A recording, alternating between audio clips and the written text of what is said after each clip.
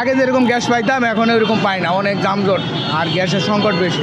Gas যতটুকু পাবো অতটুকু পাই না, সময় অল্প, 3টা বাজে পাম্প বন্ধ হয়ে যায়, আমরা 6টা পর্যন্ত গাড়ি চালাইতে পারি না রাস্তায় ভাই। গ্যাস তো গাড়িতে নাই, গ্যাস ঢুকবো 250-300 টাকা, এখানে গ্যাস ঢুকলো শুধু 18 টাকা।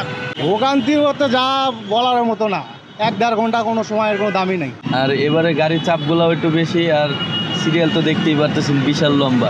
এখন সিরিয়াল ছাড়া তো কোথাও গ্যাস দিবে না, সিরিয়াল অনুযায়ী নিতে হবে।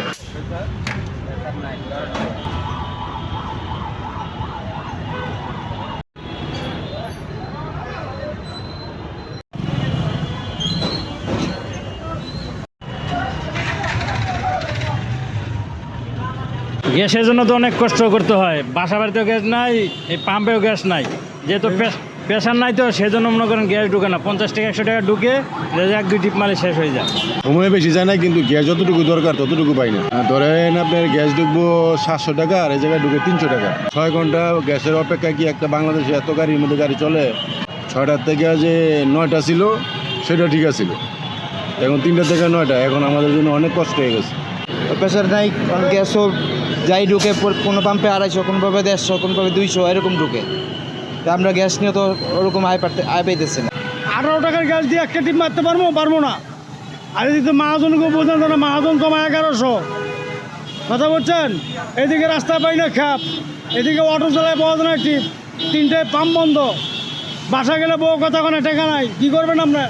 একটা গ্যাস নেওয়ার জন্য সিরিয়ালেই 1-1.5 ঘন্টা থাকি, এরপরে যদি আসি গ্যাসও না ঢোকে তাহলে আমরা ভাড়া মারবো কোন বেলায় গাড়ি চালাবো? আমাদের তো ফ্যামিলি আছে, সংসার আছে, মা বাবা আছে, তো এভাবে কি চলে? এভাবে তো চলা যায় না।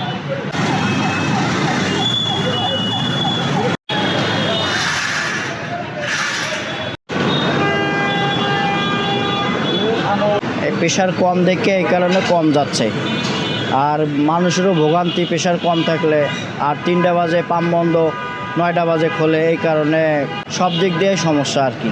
কালকে 1 গাড়ি তেল দিছে, আমরা রাত্রে বেচা শেষ করছি। কালকে ওটা জমা দিছি, আজকে দুপুর থেকে তেল দেয় না। গ্রাহক ঘুরে যাচ্ছে, গ্রাহক আমাদেরকে গালিগালাজ করছে, গ্রাহক বলে আমরা এই সিটারি বাটপারি করছে, আমরা স্মাগলারি করতেছি। এগুলো গ্রাহক আমাকে মিথ্যা অপবাদ দিতেছে। এই জন্য সরকার দায়ী, সরকারের ক্ষমতা নাই, সরকার দিতে পারতেছে না, এটা বললে হয়তো। সরকার টিভি দেয় বলে কোনো অভাব নাই, অভাব না থাকলে ডিপুতে ওটা জমা দিছে, চলছে না কেন?